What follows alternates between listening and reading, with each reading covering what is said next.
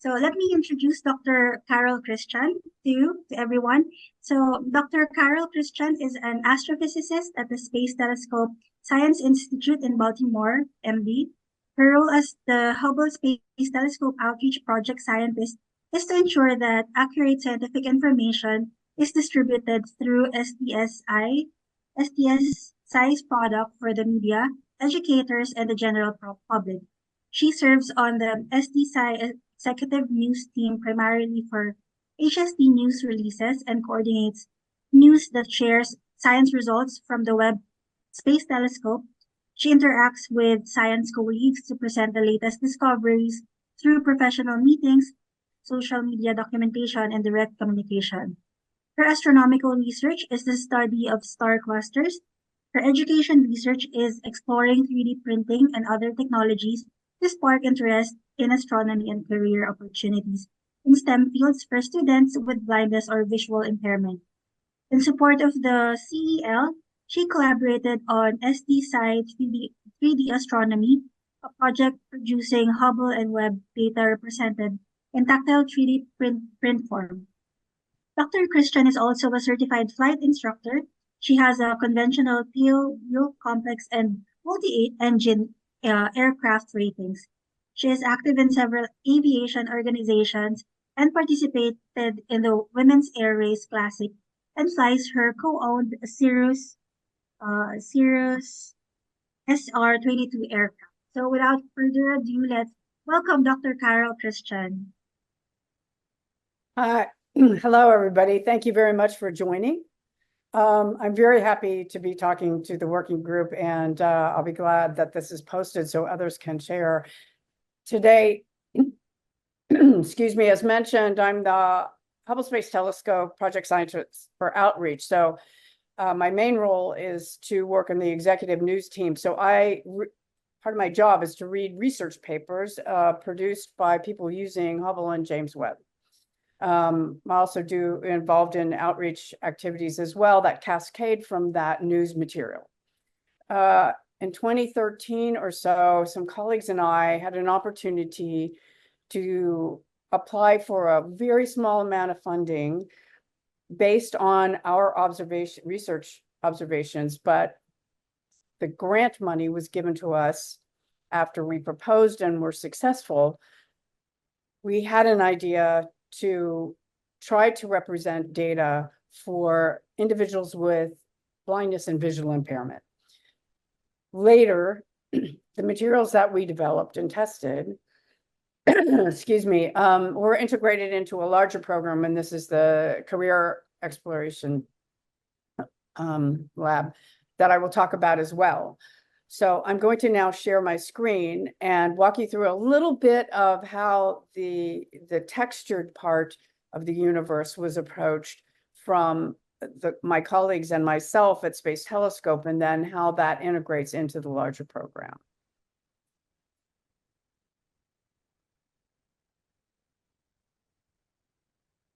Okay, so now I'll start the slides.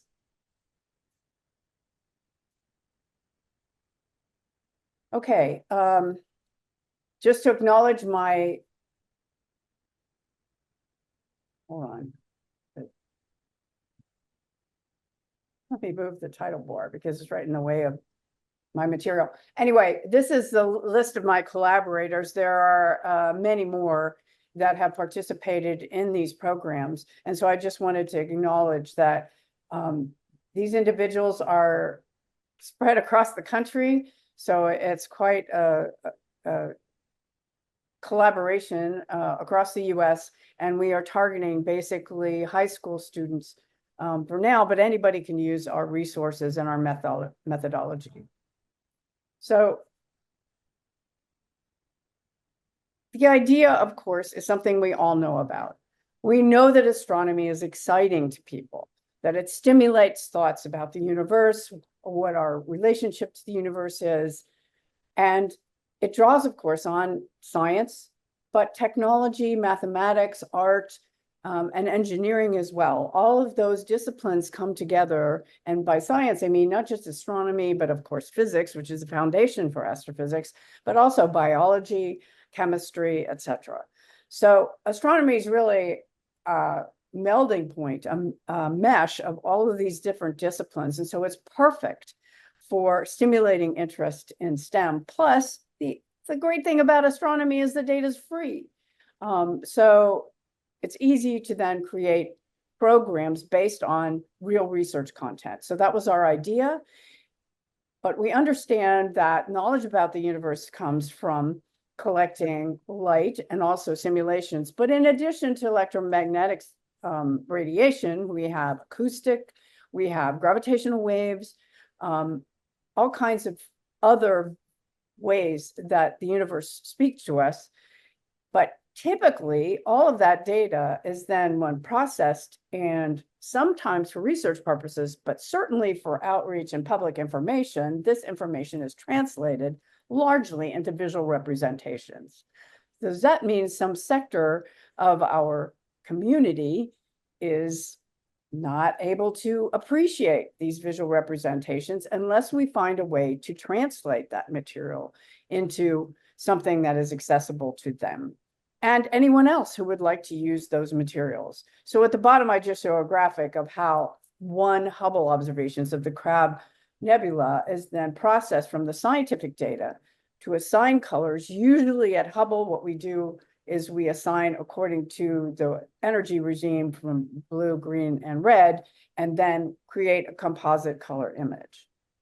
So the idea was to take data, which the public sees all the time, and represent the astrophysics with 3D printing. So we wanted to study if we could do that. And we thought that if we could do that, we could then stimulate interest, confidence, and hopefully some skill for students with BVI. We further wanted to provide ancillary methods and materials. And luckily, we have a lot of Hubble information that is about all our press releases and all our research.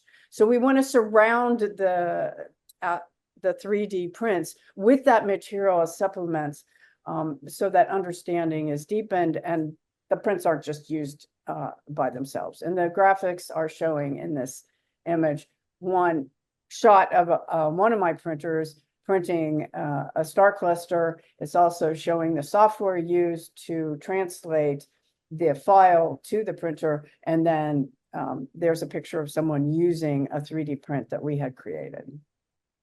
We also wanted to test the integrity of the materials. Now, we all know, and I'm speaking to the choir here, that materials for individuals with blindness and visual impairments are rare.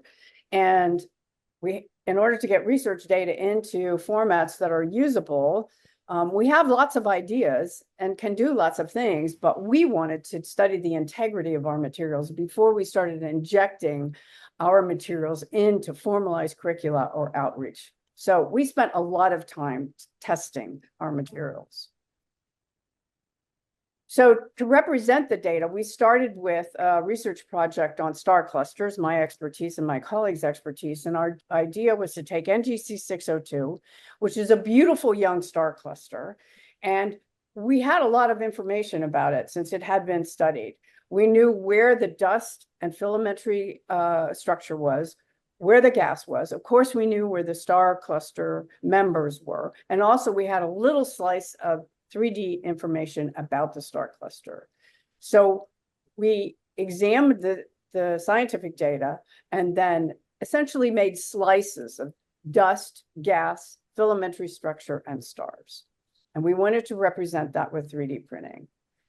Well, our guideline was a lot of work had been done with Braille, like swell form, textured materials. And in particular, Noreen Grice, who's our partner in this project, had made a number of Braille books. Other people had done this as well. And they were studying how to translate astronomical data and often used Hubble's data to do this. And these individuals had already studied a lot of textures and also how the format works, for example, handspan, how individuals with blindness and visual impairment can interact with materials. And we used all of that body of knowledge to start creating 3D printable textures. So the first cluster, as I mentioned, was NGC 602. And what we made is on the right, you can see a little blue strip. It's a little hard to see, but the blue strip actually has sample textures, and I have the legend for that. We created mosaics of all different kinds of textures, dots, triangles, lines, dotted lines, cylinders, all kinds of different textures, sort of like paint sample, like a grid of paint samples or a grid of carpet samples that you might look at to decide what carpet you want in your house. So we had these samples that we tested, and we took various places, National Federation of the Blind, our colleagues, all kinds of places, and said, what textures do you like? So after doing that, we honed in on 4 textures that we wanted to use that would represent the materials in the star cluster. So we have gas, filament, dust, and stars. And then we created what were called texture maps, which were analogous to the Braille swell form maps. The texture maps are flat. They just contain texture for each of the structures in the cluster. And then we created relief maps where the intensity of the radiation seen in the astrophysical image is represented by the height of the 3D print. So that was our going in position. We did a lot of testing of the star clusters and the textures and seeing if people could distinguish both in the Braille, the flat texture map, and in the elevation map, what the textures were. They could translate from one format to another and describe to us what the features were.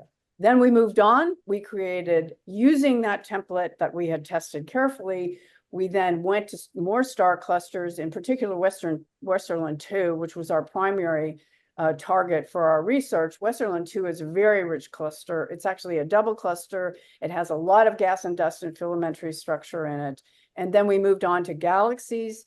I was a participant in the LEGIS study of 50 nearby galaxies. So we moved on to that. And then, of course, started 3D printing data from other satellites and multi-wavelength from, for example, JWST T and Chandra.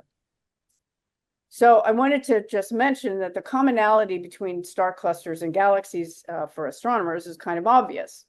They're made of the same material, at least the visual material. So there's gas, dust, filamentary structure, and stars. So we decided we would use the same textures. So that would allow people to understand by going to the star clusters first and then to the galaxies that the material was the same, but the scale was vastly different. The only difference between the textures we used was that we used individual cylinders for stars in a star cluster image, but we used 3 cylinders for a star cluster.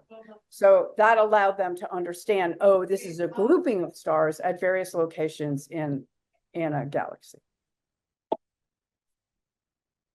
So here I represent visually, I have on this slide two of the star clusters with their astrophysical image and a picture of the 3D print. You might note, if you look carefully, that there are lines across the middle of the prints. This is because the prints themselves, in order to make them the hand span that individuals can easily handle, they have to be cut in half because the full print does not fit on a printer. So I have to print them in halves, and each half can take 15 to 20 hours to print. So to produce all these prints is quite time consuming. And as you can guess, and anybody who experienced with 3D printers knows that the print doesn't always go well. And if you're leaving the printer for 15 hours, you have to keep checking back. And sometimes you walk in the room and find spaghetti. So you start over, clean your printer, readjust everything, start over. So the top line has NGC 602 and Westerland 2 with their image and corresponding 3D print. The next line is the spiral galaxies NGC 1566, which is a beautiful open spiral, classical spiral galaxy, and the Whirlpool, which is a famous, very beautiful galaxy, which does look like Whirlpool. Looks like when you stir your coffee with cream, or look in your bathtub when the water goes down the drain. The Whirlpool is just a magnificent magnificent galaxy. And then two more objects, which I show below. There are HST image and JWST now images.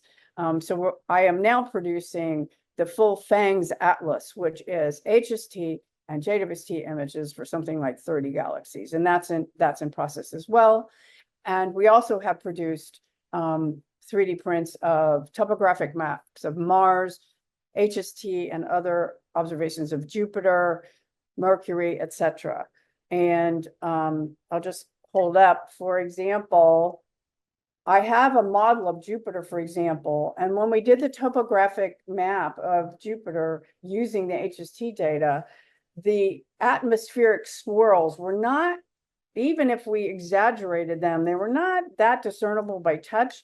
So a very creative colleague of mine then created a texture which represents swirls so that you get the notional idea. And later I'll talk about models, but this is what's important about conveying the idea of modeling to students, is that this is a model, it's not the real thing. It's a representation of an object that we have observed. So it's very useful educationally as a tool. I also have, for example, it's probably hard to see, but this is one of the 3D print, yeah, because I have my background out. This is a 3D print of JWST data for NGC 1566. I think I do have, also, I can just show very quickly. I do have Westerland 2. This one's a little dark. It's blue Westerland 2 3D print. So this is a very rich 3D print, and this is a reason why we introduced NGC 602 first, because so they understand what the components are, and then they go to Westerland 2, which is a very busy cluster. Anyway, moving on. Now, our group was then prepared to collaborate in a project called the STEM Career Exploration Lab. The purpose of it is to use astronomy content. We use the 3D printing again, so we're in concert with our project at ST. We want to help any high school students, but we're concentrating on those with BVI, to think about STEM, to create interest in STEM, to think about them maybe doing STEM as a study, and further maybe moving on for a career in STEM. We, in addition to the content, 3D prints, the hands-on exercises, which I'll describe in 1 minute, we also introduce them to individuals with BVI who are successful professionals in the field. We also want to then motivate them to think about careers and how to get there. And these people can actually describe their life path on how they became successful STEM professionals. And then, of course, our research study was to see if the 3D printing is really helping with students to understand STEM. One really important part of this is that we have created educator partner institutions, because the key is educators to get to the students. So although we originally started running, Tom Madura and I and a couple of other colleagues started in 2015 running camps as a test, using our materials to test them, but also test our methodology, we really need educators to understand how to use these materials. So we have created institutes. We're creating a cohort of TVIs, who are the individuals who have a lot of experience with students with BVI, and then also in additional STEM teachers. And then we demonstrate and work with the educators on our methodology and also our prints. They give us a lot of feedback. They use the materials, and then they in turn help us find the students for the summer camps. So the educators are a critical part of our cohort. So the camps are 5-day camps that use astronomy. We have hands-on kinesthetic activities, sound, other assistive technologies, and then the 3D printing. And this is all aimed at bolstering confidence and skill in STEM. we focus on, of course, spatial thinking and mental models, and how we can help students create mental models of objects in the universe. They have to build mental models all the time in their everyday lives, and we try to help them understand the scale of the universe around them, the world around them, and the universe around them, and help them build the mental models. And because they are used to building mental models of things they can't see, they sometimes are actually more skilled at that because they've developed that skill. But we have to trigger that to get to an understanding of astronomical objects and STEM. The one thing that is unique about our project is that the students build printers as the very, very first task. So I will show you a plethora of images here that show that we have very economic 3D prints. We buy them on Amazon. They're about $250 to $300. So we have NSF grant to support this and to support the teachers. We do a little bit of assembly. The upper left image shows partially assembled printer bed. There's one or two tricky parts that would be very difficult to assemble. So we lay out all the parts. We do the two tricky parts.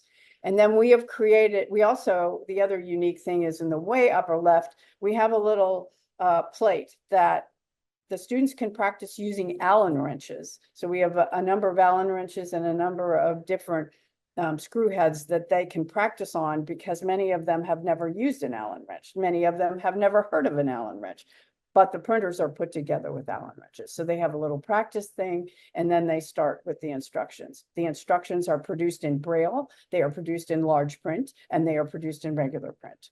In addition, in the next image over, which is probably hard for you to see, but it's the layout in the classroom. And then way at the front, there is a 3D printer, which is already built. So during the whole exercise, they read the instructions, they go up and examine, they find the parts on the built printer, and then they go back and they build that part. They usually work in 2s and 3s. Very often the TVIs are helping. We try not to intervene too much, but we do offer assistance a little bit because the team has much more. We've built many of these printers over and over again, so we help them a little bit. Anyway, the students will love doing it. They get very excited about the fact that they're actually building something, and it never occurred to them that they could do that. There's a tedious project process at the end of leveling the field, and then they get to choose objects that they would like to print. So they know how to browse the web. So we direct them to some websites like Thingiverse and etc. And then the cats actually, which are in this particular illustration, which shows a lot of the things that they chose and printed. The cats come with the printers on a little SD chip. So they print those. So they always have something to take home, but many of them are much more ambitious about the things that they would like to print. So they get to do something, and then we move the printer out of the classroom into another room, and then those printers are constantly running through the rest of the camp. The lessons that follow the 3D print cover what I call fire hose astronomy. It's soup to nuts. We do lunar phases, the sun, light and energy. We introduce them to constellations. We have them build 3D constellations, which are made out of 3D printed parts. They have Braille constellations. The sun is 3D. It's also a cross section so they can explore the various functions of the sun.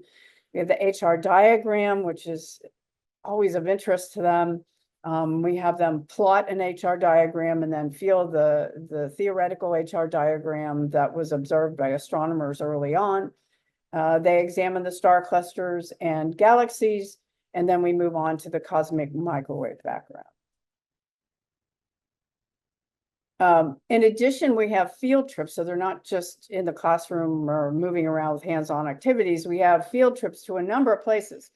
We go to museums, planetarium. We had an opportunity a couple times to go to the Dreamliner site. Dreamliner was interesting because they have on site 3D print labs, which make parts for the Dreamliner. And we also learned that quality assurance is done by visually impaired and blind people because they have much more refined touch which can detect imperfections in parts which people who are not visually impaired cannot detect.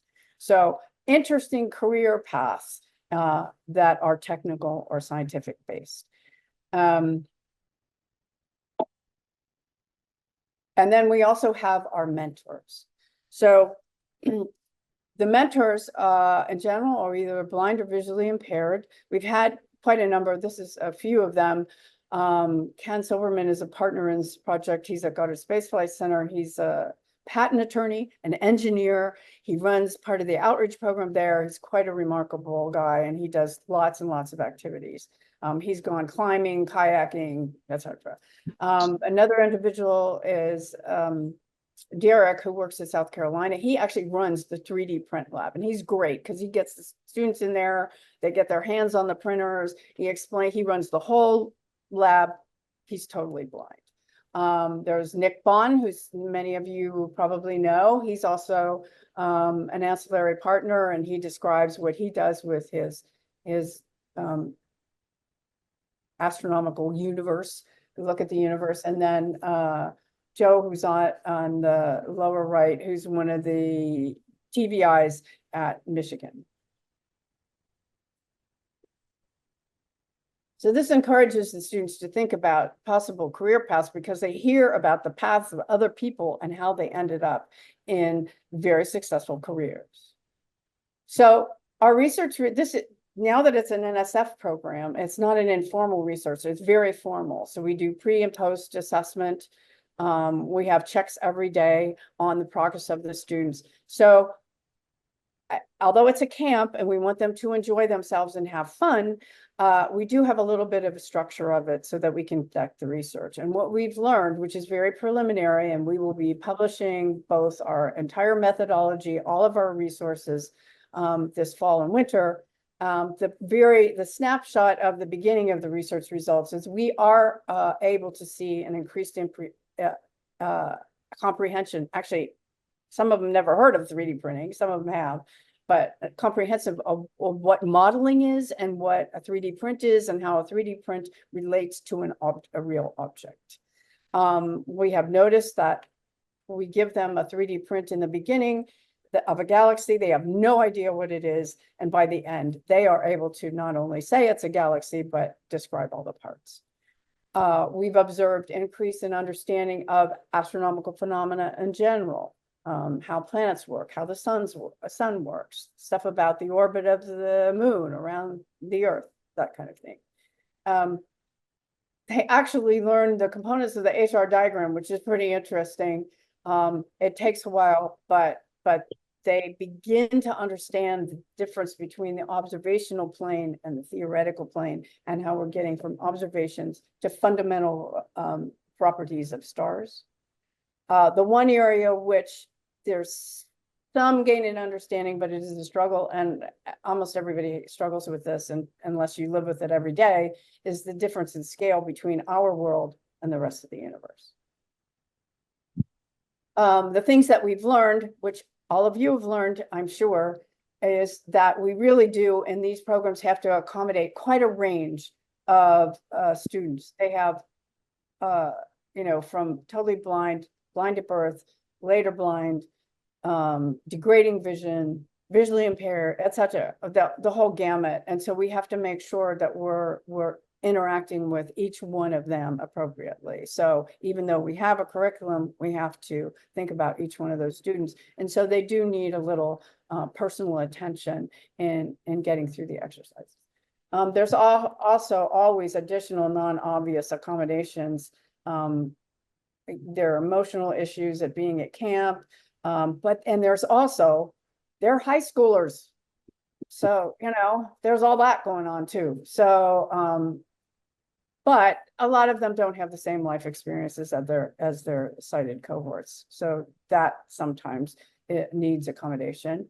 Of course, as you all know, there's a dearth of resources. And so we, like all of you, have found that materials have to be developed sometimes by scratch. And because of that, that is why I am adamant about testing the materials before integration, not just throwing a material into a curriculum and hoping it works. So we did a lot of testing in the early years. And as everybody also knows, preaching to the choir here, that 3D printed materials don't work by themselves. They need lots of ancillary material, and we're lucky because we're using Astronomy, which has lots of material about it. And in particular, from my perspective in printing HST data, we have a lot of outreach materials and educational materials associated with all of our press releases. So making a 3D print of a press release then buys me lots of resources that I can share through our activities. And with that, I will thank you very much for your attention. All of the materials, the project description and materials are available through my website. The 3D print files are openly available. They're also on the NASA 3D website. And if you have any question, feel free to contact me. Thank you very much. All right. Thank you very much, Dr. Carol, for that amazing presentation. I myself is very excited hearing all of these, even the um, even the conclusions and recommendations at the end. But before but moving on. So you may ask questions. You can also open your video so that we can see your faces. We have here some very familiar names, yeah, here, and even our previous speakers are here. So thank you for joining us. So yeah, don't hesitate to ask any questions.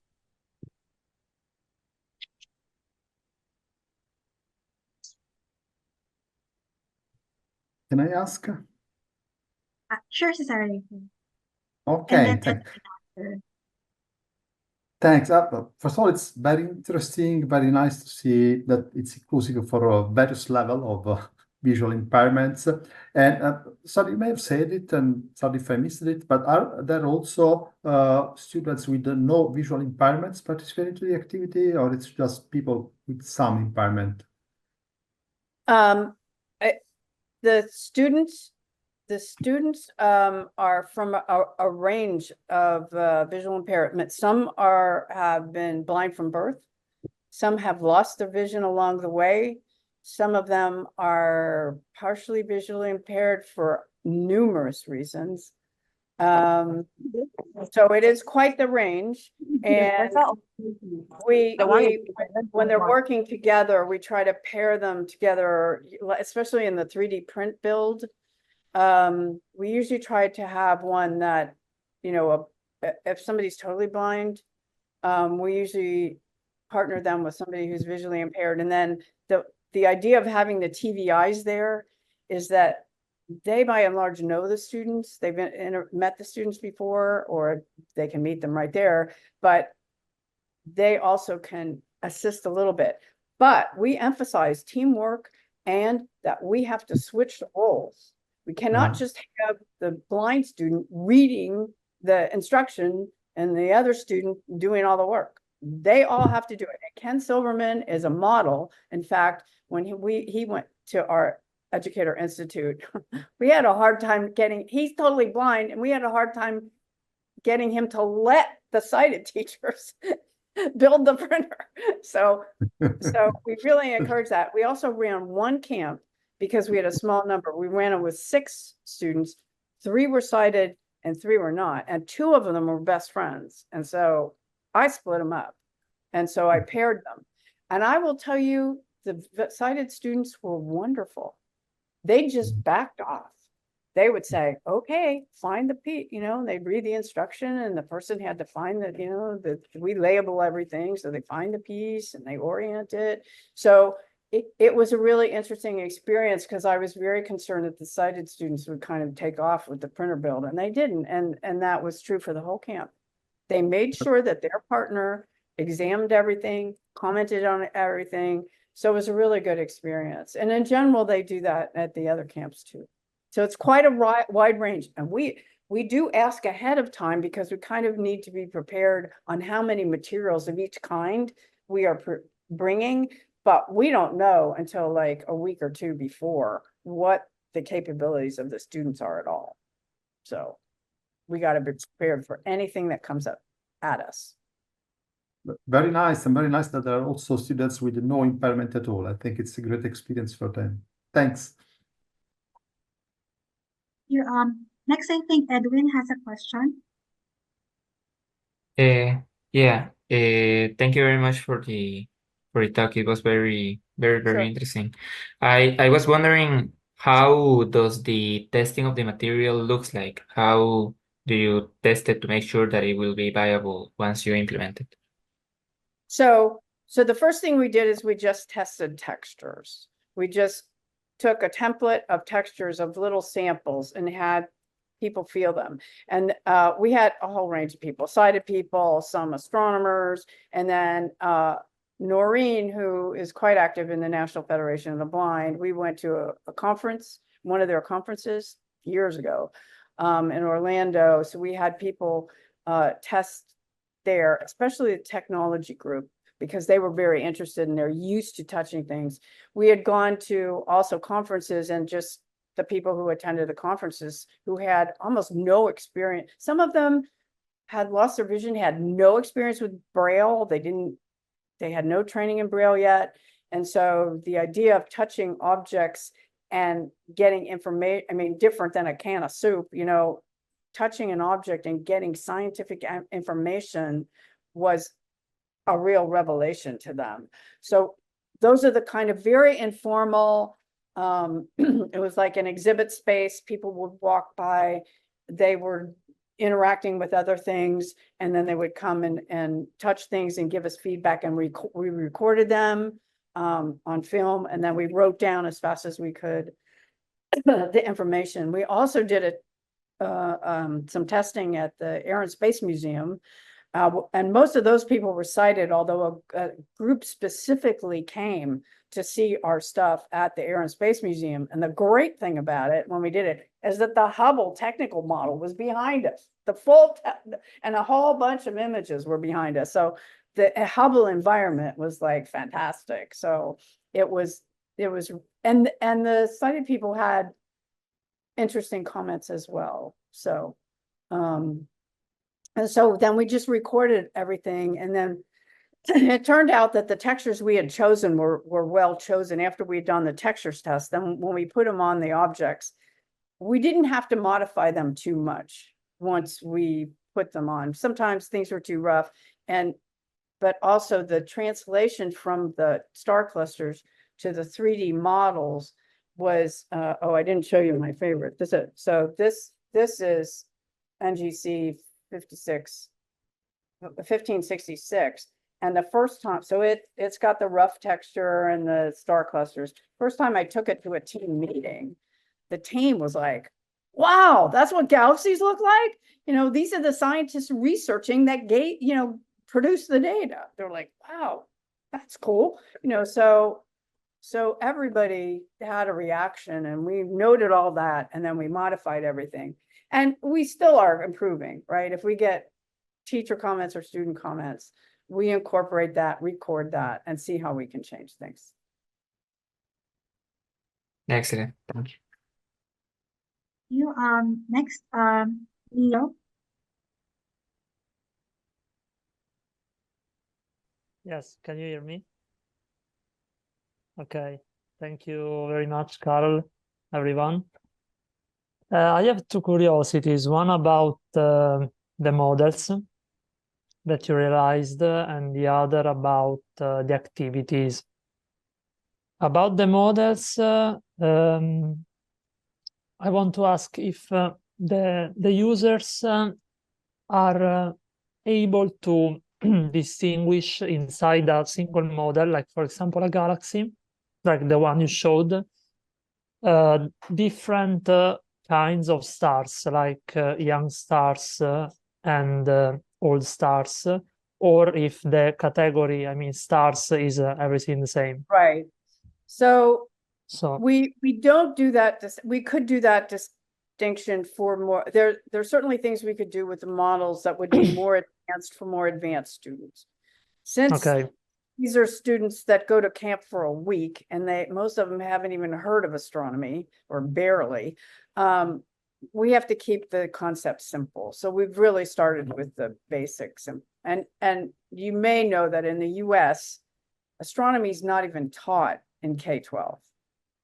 The Oh. only astronomy that shows up is, well, in after school programs or in private schools. The astronomy that shows up is solar system stuff. So there's some stuff about it, and it's really in the earth science. So it's like Earth and Mars and Mercury, so and Venus maybe. So there's not a lot of astronomy all the way through high school. So lots of students will never even encounter astronomy until they get to college and take an elective, because it's an easy science. They think it's an easy science course. So this is really basic astronomy that we're teaching, and it's a lot, right? And 5 days, 4 hours No, a of day. course, of Trying course. to absorb all of astronomy. So the distinction of, I mean, we do HR diagram, and we do Mhm. star cluster diagram. So we introduce the concept that there are large stars, and so in that way, in the HR diagram, we do represent the HR diagrams of star clusters themselves, and we do talk about how NGC 602 is a different age than Westerland 2, and we don't do any older clusters really.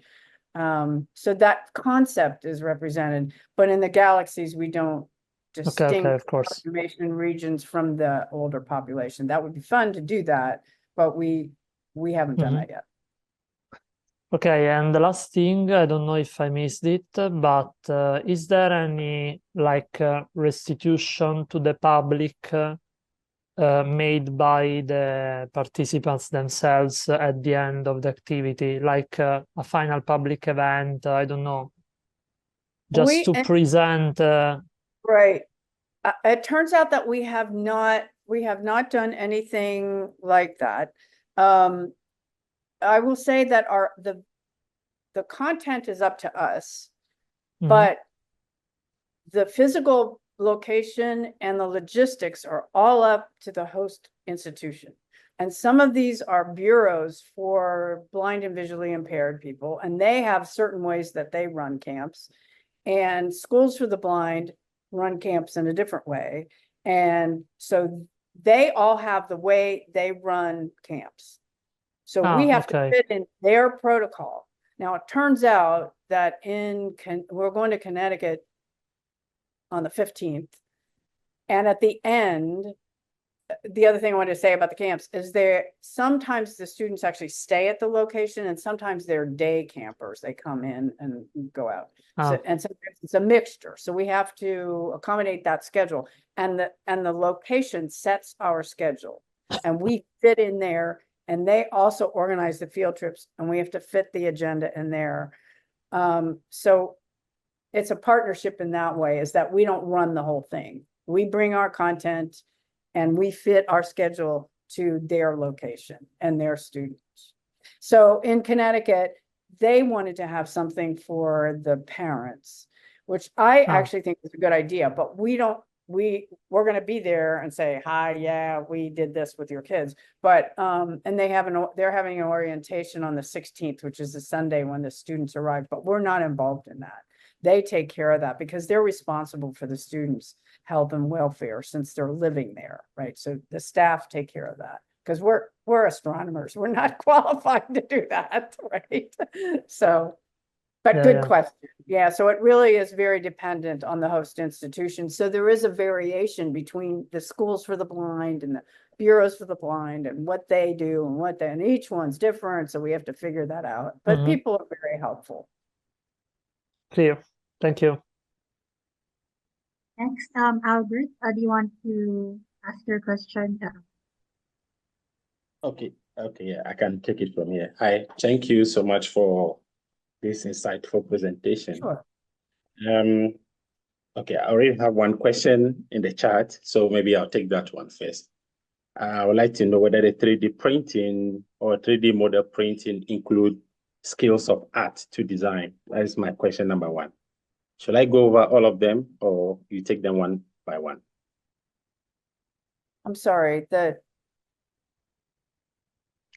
I thought I understood your question, but now I'm not sure.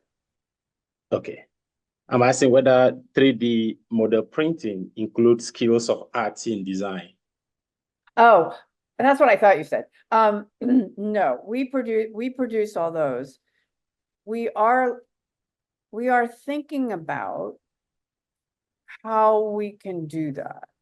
And we are not there yet, but we think that there may be some opportunities with artificial intelligence, because you probably know that people are creating, artwork where they verbalize what they want, and then the artwork comes back.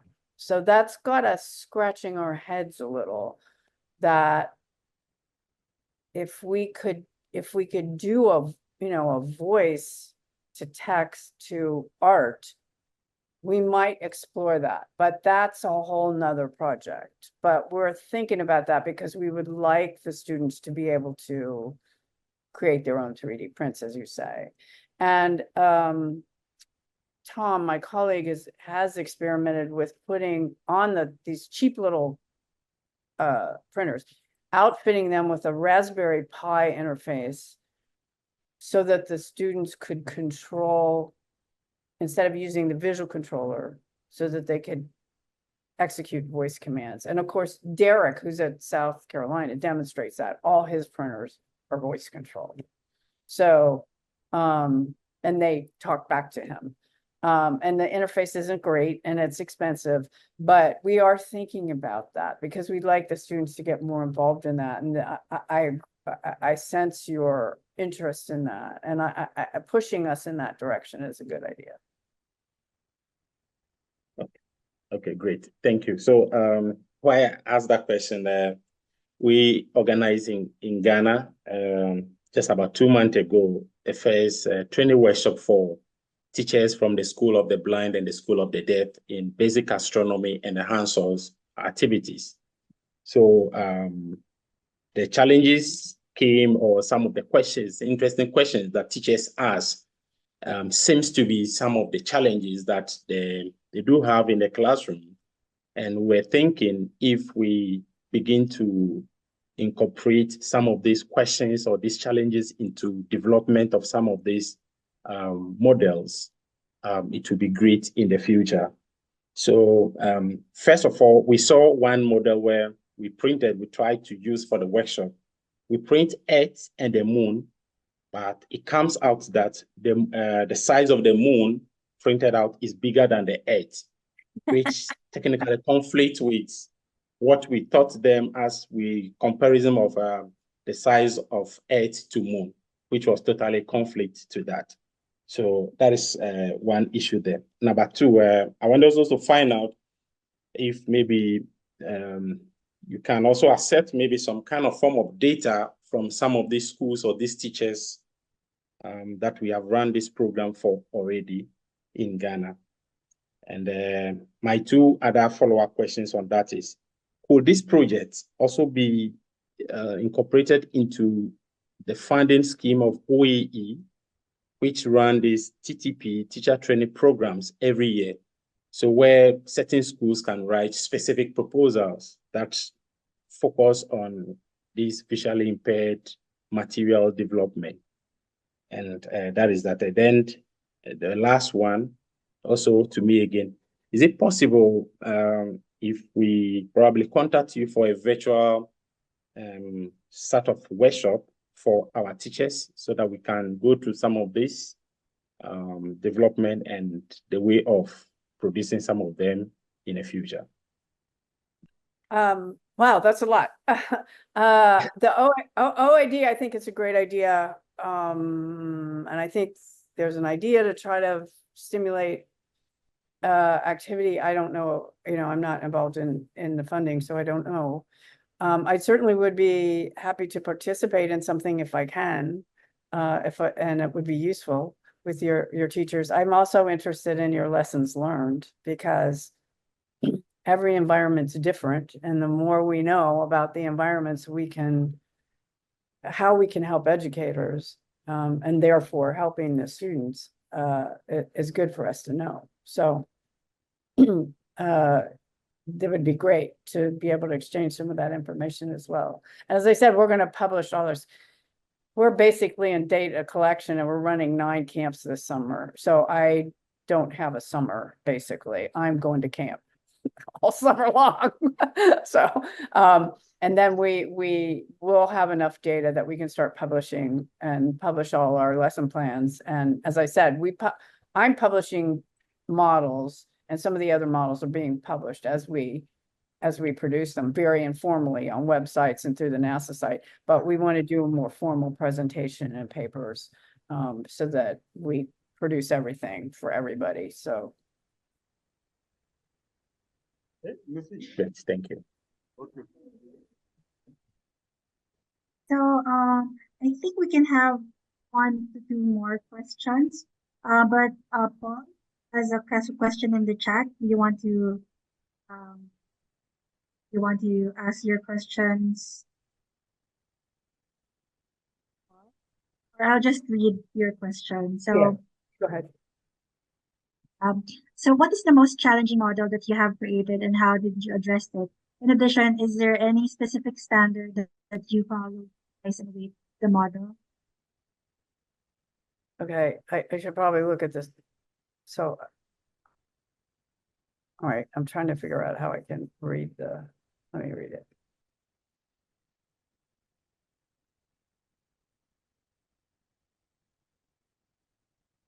Oh. Yes. Okay,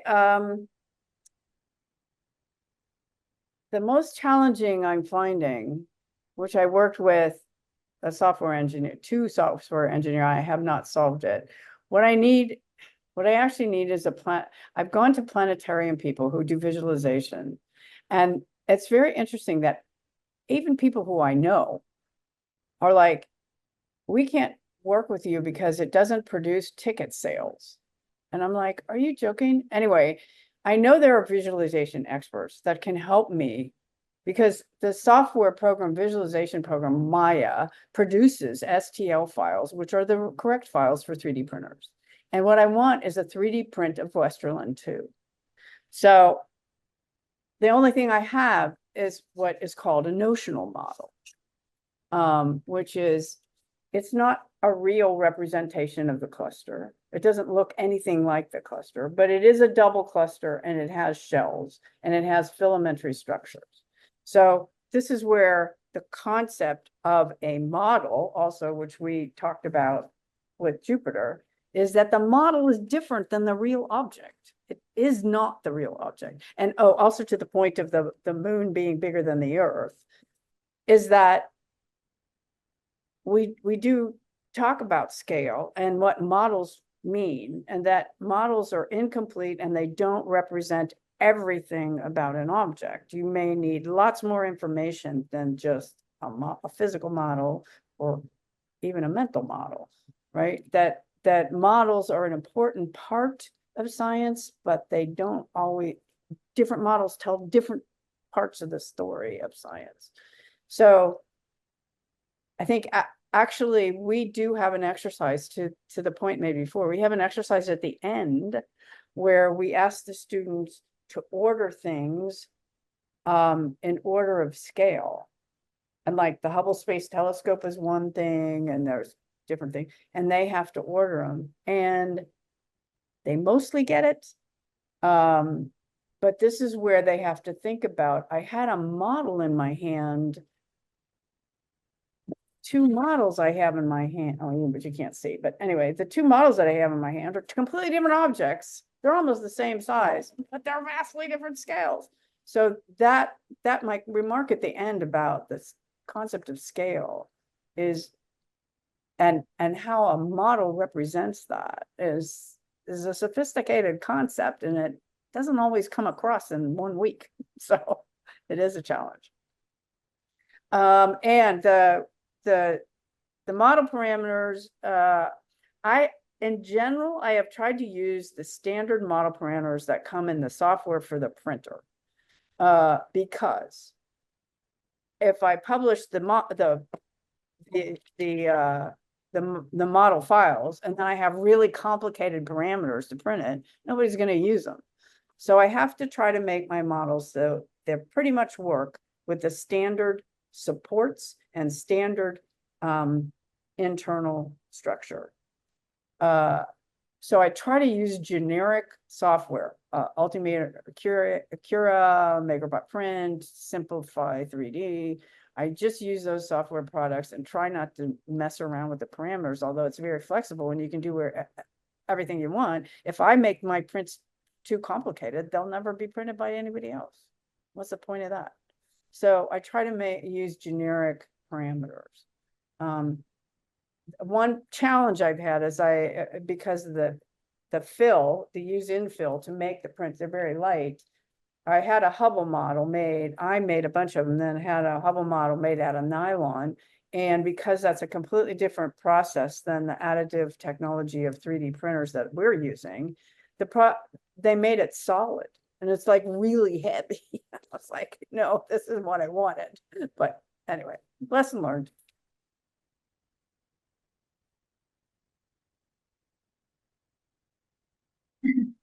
Sylvia, do you have a question? Or Yes, it's a you want to say curiosity. something? Yeah. First of all, thank you very much for this interesting talk. It's very, very nice to see how you use the tactile models. And so the first question is, what about the different materials representation? I mean, if you have to explain something that is gaseous by itself versus something that is, Yes. I mean, I have, for example, here in my institute in Italy, I come from the INAF, National Institute for Astrophysics of Italy, in Sardinia. We use the 3D printed models of rocket planets or moon or whatever. And this is very nice because you can learn a lot about the surface characteristics and so on. But we have the difficulty to explain what is a star, like in this kind of a representation. What is a gaseous planet, for example? And so we use a different approach, very not with 3D printers and so on, just a very low cost presentation. Right, more classical approach, a more classical approach to hand on. Yeah, we haven't been using that so much. But I'm interested in learn about different characterization of different material. Because if you represent only a nebula, you can use a different texture to understand the different composition. Right. And it's correct. So one challenge what we about have, dust and gas, for example? Right. So I think that is conceptually more difficult. Yes, I take your point. Our challenges. So just an example, we haven't done a lot of that. And Noreen Grace is really an expert at this. And so is David Hurd. They do a lot of this stuff.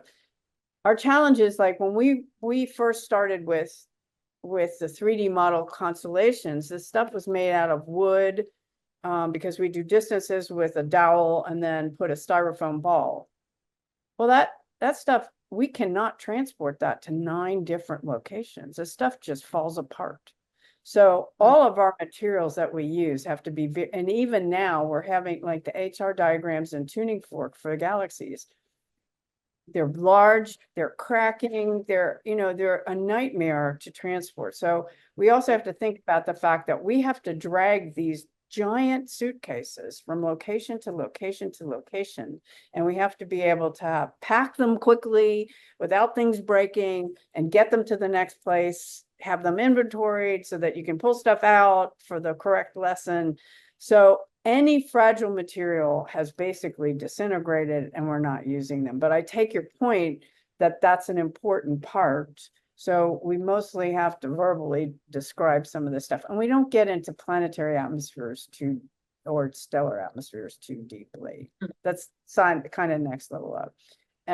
So I take your point, and it would be fun to be able to play with different kinds of materials for that.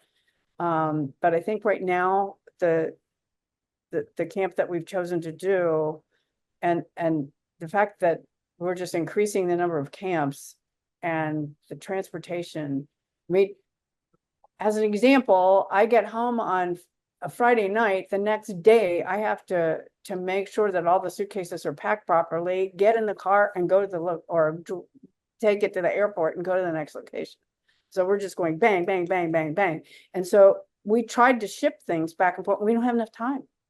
We have to have people transport these 3 large suitcases in addition to our personal belongings. So we have to be careful about materials, and nothing can be great or get broken. So if we had one location, that'd be different, but we don't. So, but I take your point. It's a good point. The second question is another curiosity. Have you ever tried a multisensorial approach to your with your class? I mean, multisensorial. Oh, boy, I'd like to do that. There's been the tactile been approach, a lot of acoustic one, the sonification. I would love to work with an engineer that could actually work with somebody who could help me use temperature, like some heat sensing of the material, and then also sound. I'd love to be able to have something that when you touch it, it talks back.